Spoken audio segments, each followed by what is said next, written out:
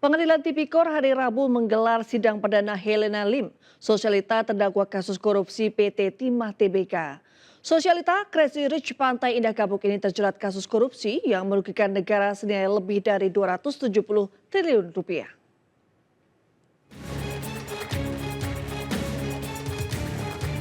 Sidang perdana terdakwa Helena Lim digelar mulai pukul 10 pagi di Pengadilan Tindak Pidana Korupsi atau Tipikor Jakarta Pusat dengan agenda pembacaan dakwaan. Helena disidang sebagai terdakwa kasus tindak pidana korupsi dan pencucian uang PT Timah Tbk tahun 2015 hingga 2022. Helena ditetapkan sebagai tersangka bersama 21 orang lainnya, termasuk suami artis Sandra Dewi Harvey Muiz. Helena diduga berperan memberikan sarana dan fasilitas melalui perusahaannya PT Quantum Skyline atau QSE dan mengelola dana seakan-akan CSR dari penambang ilegal di wilayah EU PT Timah Tbk.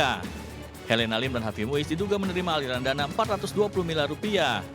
Uang miliaran rupiah ini disamarkan dengan membeli sejumlah aset di Pantai Indah Kapuk. Kasus mega korupsi itu diduga merugikan negara lebih dari 270 triliun rupiah. Helena Lim dikenal sebagai sosialita yang dijuluki Crazy Rich Pantai Indah Kapuk, Jakarta Utara. Ia kerap tampil dalam kanal YouTube dan podcast sejumlah artis yang membahas gaya hidup mewahnya. Helena Lim memiliki rumah mewah dan banyak koleksi tas bermerek. Tim Lipton iNews melaporkan. Ya, guna mencegah penyebaran kasus cacar monyet, Kementerian Kesehatan melakukan pengawasan di beberapa kota. Sejauh ini sebanyak 88 kasus cacar monyet di Indonesia telah terkonfirmasi sejak tahun 2022 hingga 17 Agustus 2024. Kementerian Kesehatan mengambil langkah cepat mencegah penyebaran kasus cacar monyet atau MPOX. Langkah pencegahan ini dilakukan di beberapa kota di seluruh tanah air. Salah satunya melakukan screening warga asing yang berasal dari negara terjangkit cacar monyet. Menurut Wakil Menteri Kesehatan, cacar monyet bukan kasus baru karena telah terindikasi sejak tahun 2022 lalu. Sejauh ini, sebanyak 1 kasus sedang menjalani isolasi secara mandiri. Kasus cacar monyet akan dibahas pada Forum Asia Afrika September 2024 mendatang. Kita sudah melakukan mitigasi untuk Mpox ini di beberapa kota dan sampai saat ini sudah terdeteksi. Sebenarnya Mpox ini bukan masalah yang baru. Beberapa tahun yang lalu sejak tahun 2022 sudah teridentifikasi dan saat ini yang sudah teridentifikasi positif baru 1 orang. Pada periode 2022 hingga 17 Agustus 2024 telah terjadi 88 kasus cacar monyet di mana Provinsi DKI Jakarta mencatatkan kasus terbanyak dengan 58 kasus. Sementara pentingnya pencegahan bisa dimulai dengan menghindari kontak langsung dengan hewan liar dan tidak menyentuh hewan yang sakit. Selain itu, cuci tangan usai kontak dengan hewan atau manusia yang terinfeksi dan memakai pakaian pelindung saat merawat pasien MPOX. Tak kalah penting, hindari konsumsi hewan liar yang tidak aman, melakukan vaksinasi dan melakukan isolasi untuk mencegah penyebaran penyakit. Dari Jakarta, Rian Rahman, Muhammad Firmansyah, iNews melaporkan. Ya, kita ke informasi wisata kuliner asik nih pemirsa. Di Jogja ada sebuah angkringan yang memiliki konsep berbeda dari biasanya. Selain menu aneka nasi dan sate yang dihidangkan secara prasmanan, lokasi angkringan ini ada di sebuah pendopo dan ada hiburan live music setiap harinya. Nggak heran ya kalau angkringan ini ramai terus.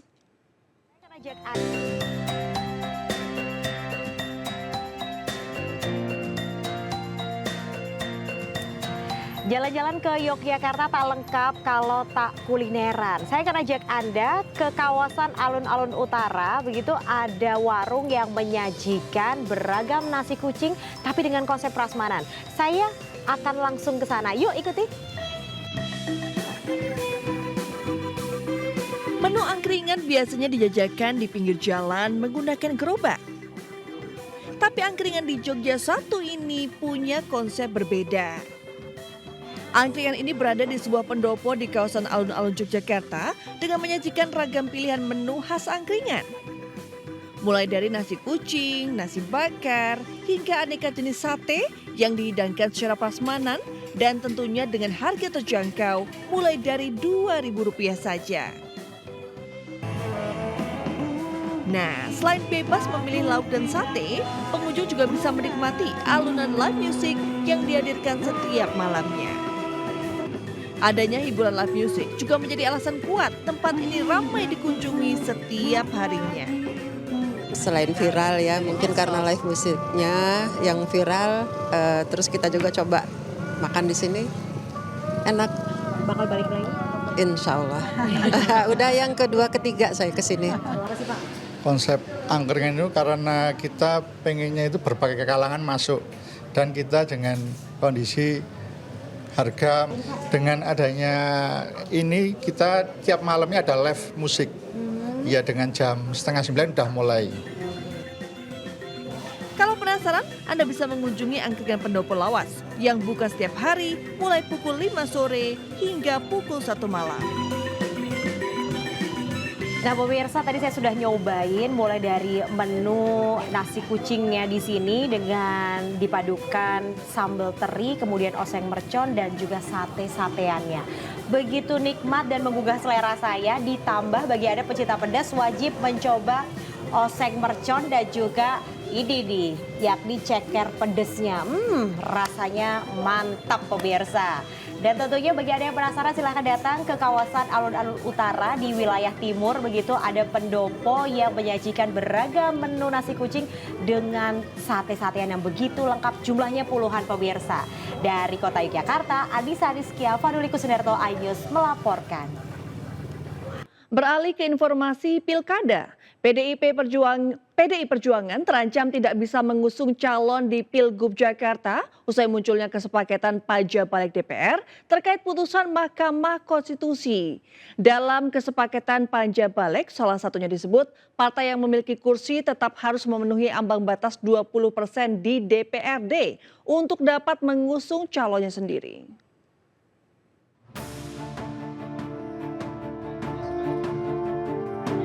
Panja Badan Legislatif DPR RI dalam rapat yang digelar pada Rabu pagi menyepakati revisi Undang-Undang Pilkada terkait persyaratan calon untuk maju di Pilkada. Namun ada yang berbeda dari putusan nomor 60 yang diketuk Mahkamah Konstitusi Selasa kemarin. Dari beberapa poin yang diketuk MK, tidak seluruhnya diterapkan, melainkan dikompilasi dengan aturan yang sebelumnya ada. Salah satunya pasal 40 ayat 1 terkait syarat batas kursi yang sebelumnya diubah oleh putusan MK, kini dikembalikan lagi oleh Balik. Dalam pasal ini disebutkan partai yang memiliki kursi tetap harus memenuhi ambang batas 20% di DPRD. Menanggapi hal ini, fraksi PDIP menilai janggal kesepakatan panja revisi Undang-Undang Pilkada terkait syarat pencalonan kepala daerah bagi partai politik yang memiliki kursi di tingkat DPRD. Pimpinan rapat juga langsung mengambil kesepakatan tanpa meminta pandangan fraksi. Tadi dipaparkan itu tidak diberi kesempatan kepada setiap fraksi untuk menyampaikan pendapatnya. Langsung digedok.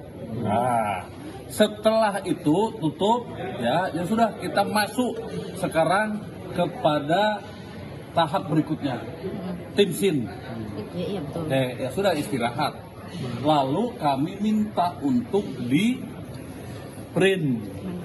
Ya, setelah di print itu ternyata justru bertentangan dengan keputusan Mahkamah Konstitusi. Ya. PDI Perjuangan yang awalnya mendapat angin segar usai putusan MK kemarin, kini terancam tidak bisa mengusung calon di Pilgub Jakarta. Sebab jumlah kursi PDIP di Jakarta hanya 15, sementara batas minimalnya 22 kursi. Di sisi lain, tidak ada partai lagi yang bisa diajak berkoalisi, lantaran sudah bergabung dengan Koalisi Indonesia Maju untuk mendukung mantan Gubernur Jawa Barat Ridwan Kamil. Dengan demikian, Anies Baswedan yang digadang-gadang akan diusung PDIP juga terancam tidak memiliki peluang. Dari Jakarta, Anissa Septiarani, Ilham iNews melaporkan.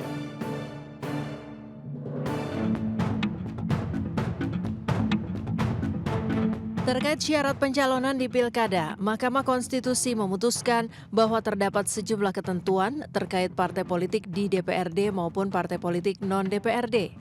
Untuk partai politik dengan kursi di DPRD dapat mendaftarkan pasangan calon jika memperoleh 20% dari jumlah kursi DPRD atau 25% dari akumulasi suara sah di pemilu DPRD. Untuk partai politik tanpa kursi di DPRD provinsi, maka prosentase suara sah berdasarkan jumlah populasi di provinsi tersebut. Provinsi dengan populasi 2 juta jiwa, maka suara sah minimal 10%. Populasi 2 hingga 6 juta jiwa, suara sah 8,5%. Populasi 6 hingga 12 juta jiwa, suara sah 7,5%. Dan populasi lebih dari 12 juta jiwa, suara sah 6,5%. Sementara untuk partai politik tanpa kursi di DPRD Kabupaten Kota, ketentuannya antara lain. Populasi lebih dari 250.000 jiwa, suara sah minimal 10%. Populasi antara 250 hingga 500.000 jiwa, suara sah 8,5%. Populasi 500.000 hingga 1 juta jiwa, suara sah 7,5%. Populasi di atas 1 juta jiwa, suara sah 6,5%. Terkait syarat usia calon gubernur dan calon wakil gubernur, MK mensyaratkan berusia paling rendah 30 tahun untuk cagup dan cawagup. Sedangkan untuk calon bupati dan calon wakil bupati, serta calon wali kota dan calon wakil wali kota, paling rendah 25 tahun. Terdapat perbedaan antara putusan MK dengan hasil sidang Balik DPR RI yang disetujui oleh pemerintah dan DPR.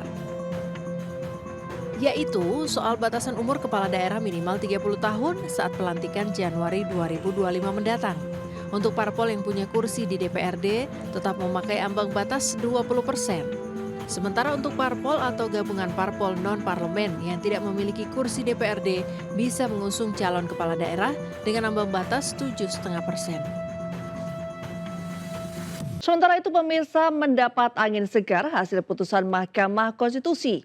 Partai Buruh akhirnya mendeklarasikan dukungannya untuk Anies Baswedan maju di Pilkada Jakarta 2024. Deklarasi dukungan tersebut digelar di kawasan Menteng, Jakarta Pusat.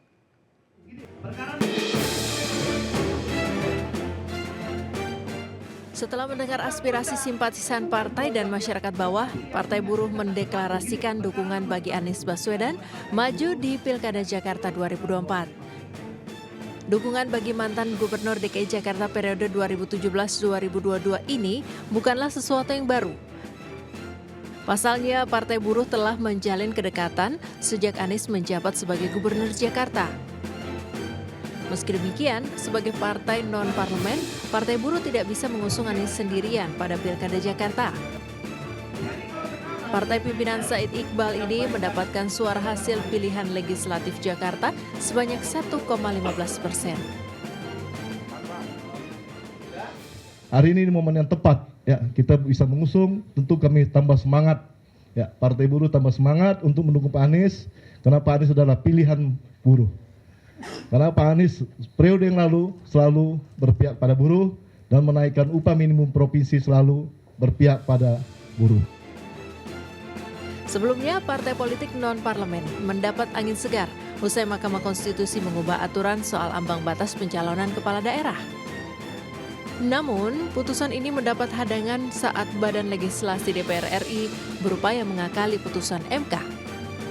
Dari Jakarta, Rizky Ikhwal, iNews melaporkan. Ya, Badan Legislasi DPR menggelar rapat pleno usai putusan MK melonggarkan ambang batas aturan pencalonan kepala daerah bagi semua partai. Hasil rapat memutuskan bahwa RUU Pilkada lolos untuk dibahas pada rapat paripurna untuk nantinya disahkan menjadi undang-undang. Pemirsa, Badan Legislatif DPR RI menggelar rapat pleno usai putusan Mahkamah Konstitusi 60 berkaitan dengan kelonggaran aturan yang diputuskan oleh MK berkaitan dengan pencalonan kepala daerah oleh semua partai politik. Aturan sebelumnya menyebutkan bahwa dalam Undang-Undang Pilkada ada syarat ambang batas atau threshold bagi pencalonan kepala daerah, yaitu sebanyak 20% dari kursi DPRD dan 25% dari total surat suara sah dari partai maupun partai gabungan pada pemilu legislatif tahun sebelumnya. Namun kemudian Balik DPR RI ini mencoba untuk mengakali aturan tersebut dengan membuat ayat tambahan pada pasal 40 yang menyatakan bahwa aturan atau putusan MK dengan penetapan terbarunya itu hanya berlaku bagi partai politik yang tidak memiliki kursi di DPRD, namun tetap berlaku bagi partai politik yang memiliki kursi di DPRD, sehingga aturan untuk ambang batas atau threshold bagi syarat pencalonan kepala daerah sebanyak 20% dari kursi DPRD dan 25% dari total surat suara sah ini tetap berlaku bagi partai yang memiliki kursi di DPRD. Dan pada rapat yang digelar selama kurang lebih 3 jam tersebut tidak mendapatkan perlawanan dari partai politik kecuali PDIP, sehingga sebagian besar partai politik menyetujui rancangan undang-undang yang nantinya akan dibahas dan akan dilanjutkan kembali dalam pembahasan untuk disahkan menjadi undang-undang pada rapat paripurna yang akan dilaksanakan esok. Dari Jakarta, Galuh Pandu, Rian Syah Wahyudi, iNews melaporkan. Ya, dalam musyawarah nasional ke-11, Partai Golkar menyetujui Bahlil Lahadalia menjadi Ketua Umum Dewan Pengurus Pusat Partai Golkar periode 2024-2029. Sementara itu beredar kabar Jokowi akan menempati posisi Ketua Dewan Pembina Partai Golkar. Saya menerima Panji Partai Golkar untuk dibubarkan di seluruh wilayah Republik Indonesia. Menteri ESDM Bahlil Lahadalia resmi menggantikan Erlangga Hartarto sebagai Ketua Umum Dewan Pengurus Pusat Partai Golkar periode 2024-2029. Bahlil terpilih secara aklamasi dalam musyawarah nasional ke-11 yang digelar di JCC Senayan, Jakarta.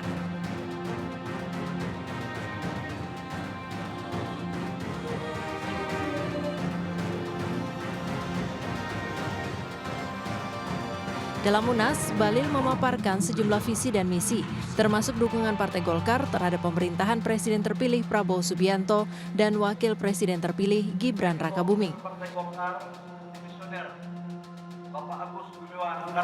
Maka izinkan saya dan lubuk hati yang paling dalam untuk mengatakan secara tegas dan seterang-terangnya bahwa kepengurusan ke depan, program paling pertama itulah menyukseskan pemerintahan Pak Prabowo Gibran dan berada pada garda terdepan untuk mengeksekusi seluruh program-programnya dan juga berada pada garda terdepan dengan partai-partai koalisi lain untuk menjadi benteng pertahanan ketika ada yang main baik dari dalam maupun dari luar.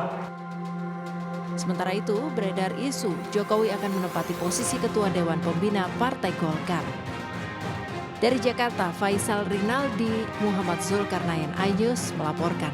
Kita kembali ke informasi dalam negeri pemirsa. Tim Kuda Laut Nusantara asal Jakarta keluar sebagai juara Liga Futsal Nusantara 2024. Di partai final, Kuda Laut Nusantara berhasil mengalahkan Rafeli FC dengan skor telak 5-1.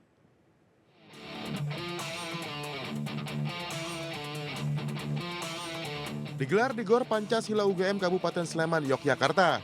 Partai final antara Kuda Laut Nusantara melawan Rafeli FC berjalan sangat seru dan menarik. Kedua tim langsung bermain agresif sejak peluit pertama dibunyikan. Jual beli serangan terjadi di sepanjang laga, hingga babak pertama selesai skor masih imbang 0-0. Di babak kedua justru Rafeli FC mampu mencuri gol lebih awal, sebelum akhirnya Kuda Laut mampu bangkit dan membalikkan keadaan jadi 5-1.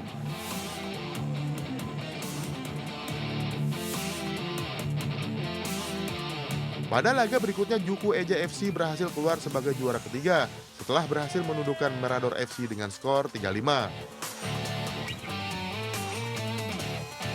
Harapan kami dari kompetisi seperti ini muncul banyak pemuda-pemuda yang bersemangat untuk melihat futsal sebagai lebih dari sekedar olahraga rekreasi, tapi menjadi satu, bahkan bisa menjadi pekerjaan profesional. Sementara itu, pada kategori putri, Karmila Sari Futsal berhasil mengamankan 1 tiket promosi ke Liga Futsal Profesional 2024-2025 setelah berhasil membekuk tim FC Junior Ewako dengan skor 3-0. Kemenangan ini membawa Karmila Sari Futsal bercokol di peringkat kedua klasemen dengan poin 6. Di pertandingan penutup, Kuda Laut Nusantara Angels meraih kemenangan setelah berhasil membekuk lawannya Inspire Girl FC dengan skor 1-5. Hasil ini membawa Kuda Laut Nusantara Angels duduk di pucuk klasemen dengan poin sempurna, yakni 9 poin. Dari Sleman, Yogyakarta, Gunanto Farhan, iNews melaporkan. Dalam rangka memeriahkan HUT RI ke-79, Lido Lake Resort by MNC Hotel menggelar acara Pound Color Independence. Kegiatan ini memadukan kegiatan kemanusiaan berupa olahraga pound fit dan donor darah.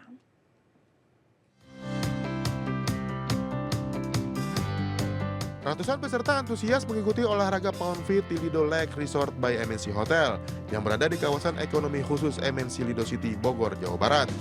Olahraga Pound Feet yang memiliki gerakan seperti menabuh drum ini digelar untuk mengajak masyarakat menjaga pola hidup sehat. Suasananya menyatu dengan alam, adem, penuh dengan hijau-hijau, bisa lihat gunung. Ini suasana yang baru sih, yang biasanya kita lakukan di dalam ruangan atau studio. Ini suasana yang baru.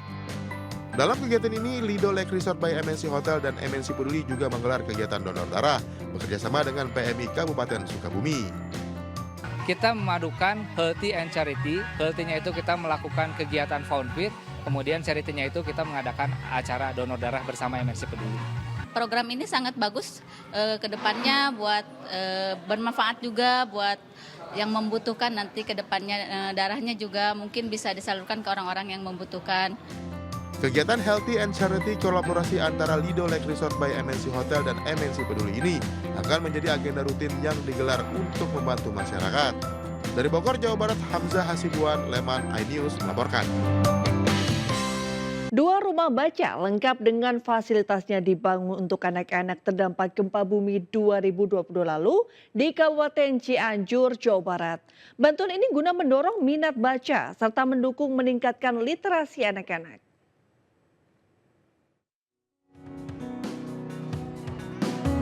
Anak-anak terdampak gempa Cianjur, Jawa Barat diberikan kegiatan pendidikan karakter seperti kerjasama tim dalam menari, bermain musik, serta mendengarkan dongeng dan mewarnai dari tim MNC Peduli. Kehadiran MNC Peduli ini juga untuk memberikan bantuan rumah baca lengkap beserta fasilitas pendukung lainnya. Fasilitas yang lengkap dan nyaman diharapkan menarik minat anak-anak untuk gemar membaca dan mengembangkan kreativitasnya. Ya, tentunya kami berharap saung baca ini bisa bermanfaat bagi masyarakat Cianjur khususnya di Kabupaten Cigenang dan bisa dipelihara dengan baik dan berkelanjutan bagi masyarakat selanjutnya. Saya kira ini sangat membantu untuk meningkatkan minat baca terutama masyarakat di Kecamatan Cugenang, dan kami sekali lagi mengucapkan terima kasih kepada MNC TV yang telah memberikan kepeduliannya kepada masyarakat Kecamatan Cugenang melalui Taman Baca Masyarakat. Pasca gempa bumi di Cianjur, MNC Peduli membangun 2 rumah baca, yakni Saung Baca Kirana di kawasan wisata Sawalatani, Desa Sukamana, dan Pojok Baca Binar di kantor Kecamatan Cugenang. Mudah-mudahan dengan adanya dilengkapi saung baca dari MNC Peduli, kita bisa lebih memaksimalkan, mengajak masyarakat untuk lebih menyukai membaca. Program-program edukasi, ada literasi baca, tulis, ada literasi sains, kemudian juga ada literasi kaitannya dengan budaya juga. Jadi alhamdulillah kita melaksanakan kegiatan literasi tersebut dengan tujuan untuk membiasakan kepada anak-anak untuk tidak terpengaruh terhadap gadget. MNC Peduli melalui program Generasi Cerdas Anak Bangsa berharap rumah baca ini mampu meningkatkan semangat dan motivasi anak-anak agar semakin terampil dan kreatif dalam berkarya. Dari Cianjur, Jawa Barat, Muhammad Andi Ihsan, iNews melaporkan. Ya, kita ke informasi wisata pemirsa. Menikmati keindahan alam Malang, Jawa Timur dengan cara berkegiatan off-road pastinya seru dan memacu adrenalin. Hal ini seperti yang dilakukan Vina Philip dan Ladislau yang memulai aktivitas off-roadnya di kaki Gunung Arjuna.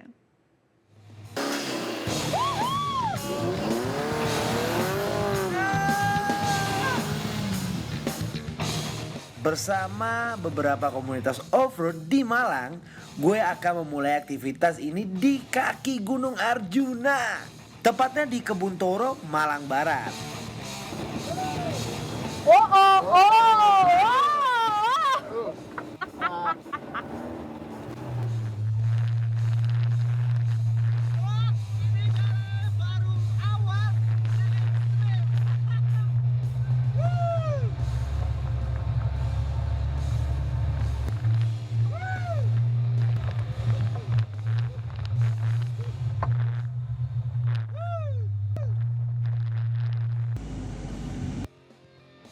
Oke, jalur pertama Tigers.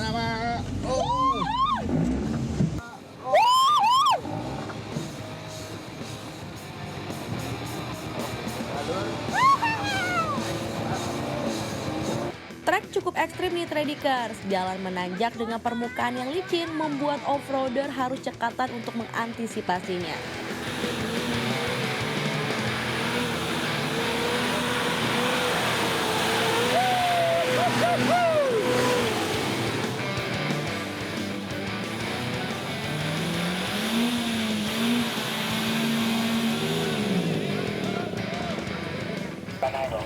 Santai. I get it, I get it.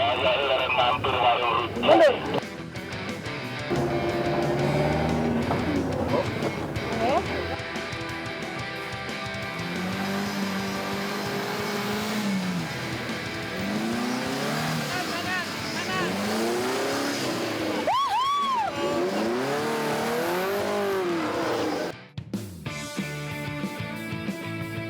Setelah semua off-roader berhasil naik, tidak ada salahnya sejenak untuk beristirahat. Bener nggak? Bener juga Vin, capek juga ya tadi. Nanti setelah seger, kita gaspol lagi.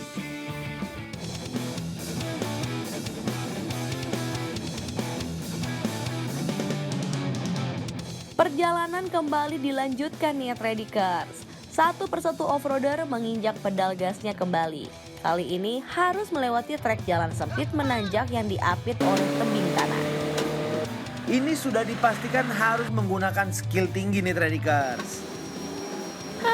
Bule, jangan mulai songong ngapa? Treknya panjang tuh. Kan kita belum tahu trek di depannya seperti apa lagi. Elah Vin, masih aja ngeraguin kemampuan gue. Gue udah canggih dan... Aduh, kenapa ini? Waduh, kacau nih Tradikers. Mobil gue kebalik. Untung aja tidak masuk jurang. Ampun dah, Le. Kenapa lagi sih? Lo tuh bikin semua kita deg-degan deh. Aduh. Jatuh! Aduh, ayo saya bantuin om. Astaga, Le. Oh my God. Iya maaf, nggak maksud hati, tapi bantuin ya teman-teman, balikin mobil gue, please. Hei, lo ngerti ya? Ya gue nggak tahu tiba-tiba begini. Tahan ya. Tapi bisa lucu itu. Tahan. Coba ini berat banget loh. Coba berat banget ini. Ya terus. Kalem aja. Iya gue tahan. Ayo terus. Nanti ditambahin. Jadi gini loh, masnya itu mimpi burung jadi navigatornya si Bule. Gitu, mimpi Enggak, gue sengaja Tradikers biar dia ingat selalu sama gue. Yoi, dan gue personal Ladislao mengucapkan terima kasih buat teman-teman Sas, Tawon Rimba, dan Setan Alas. Woo! Travel Addict!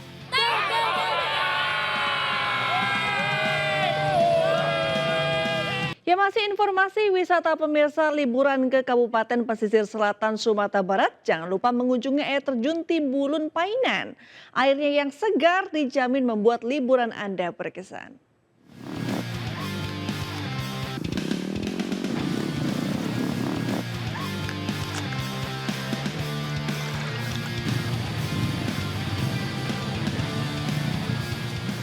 Sahabat Tradikers, masih bersama gue dan Vina yang akan mengeksplor keindahan alam Indonesia bagian barat, tepatnya di pesisir selatan Sumatera Barat. Kali ini gue dan Bule akan datang ke sebuah tempat di Painan yang katanya sih keren abis. Menuju ke lokasi tujuan, gue bermotor crossan nih Tradikers. Meski menurut Akam sih, untuk sampai ke sana bisa juga dengan jalan kaki. Perjalanan gue dan Vina masih terus berlanjut nih Tradikers. Walau tidak sedikit hambatan untuk sampai ke lokasi, gue tetap semangat nih Tradikers. Ya memang seharusnya gitu, Le. Gue juga penasaran, tempat apa sih yang akan kita tuju?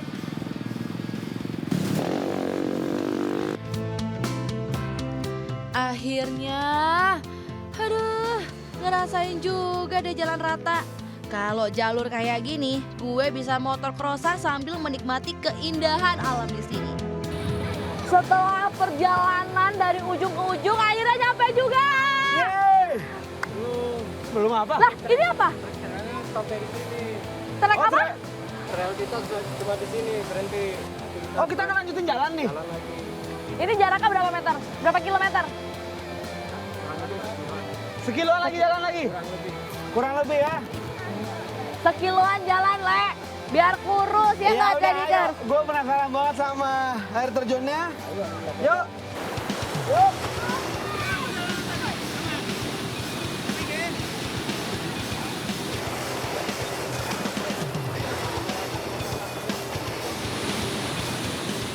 Akhirnya Tradikers, gue sampai di tujuan di air terjun Timbulun. Parah, keren banget. Rasa lelah menempuh perjalanan ke sini terbayarkan dengan keindahan air terjun Timbulun, Tradikers. Mantap gila! Wah, Tradikers, ini namanya apa udah? Timbulun Painan. Ada 7 tingkatnya. Ada berapa? 7 tingkat. Ada 7 tingkat. Ini tingkat keberapa? Tingkat kedua, 3. Ini tingkat kedua dan ketiga, berarti masih ada lagi berapa ke atasnya? 4 lagi. 4 lagi. Ya udah kita renang. Oke? Ya kan? Udah panas-panas kan? Iya. Gini udah tangguh kalian aja nih semuanya. Udah, tetap di Travel Adik dan Kobatas.